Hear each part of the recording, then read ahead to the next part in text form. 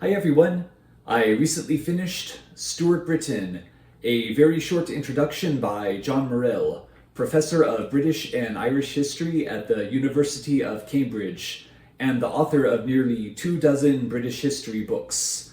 Of the 5 very short introduction books I've read so far on British history, I enjoyed this one the most by far. Stuart Britain occurred when the Stuart dynasty controlled Britain from 1603 until 1714. This single century saw an immense restructuring of political and religious order, as well as scientific advancement, which brought British society from the Middle Ages into something far more closely resembling Britain as we know it today.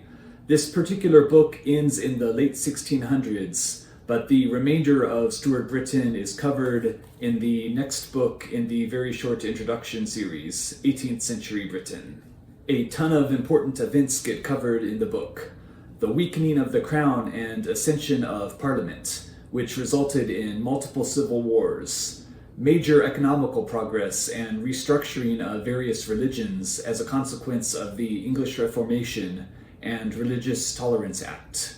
You also had massive contributions to the cultural zeitgeist from John Locke, Thomas Hobbes, John Milton, Isaac Newton, and many more. My only complaint with this book was that it was too brief for me to come away with a satisfactory understanding of the complex nature of the civil wars, government restructuring, and religious upheavals. But as the title states, it served its purpose very well as a very short introduction. I'll need to check out more books devoted to Stuart Britain, possibly by this same author, to better understand its events. But I definitely benefited from starting here. If you'd like to stick around, here are my top 3 takeaways from the book. Number 1, from page 9, the emergence of an integrated national economy. Thanks to improved ocean and river navigation, individual regions of England no longer had to be self-sufficient, allowing for each region to specialize according to its natural resources and culture. The introduction of retailers in larger cities further accelerated trade. Number 2, from pages 37 and 38, the invasions of Scotland.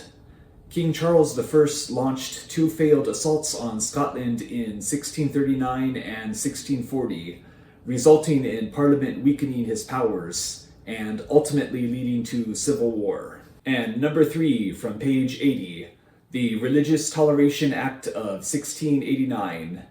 Passed by Parliament, the Toleration Act recognized religious pluralism for Protestant nonconformists.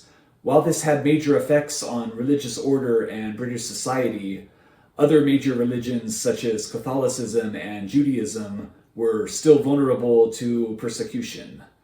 Alright, I hope you enjoyed my look at Stuart Britain, a very short introduction by John Morell. I'll definitely be checking out some of his other work.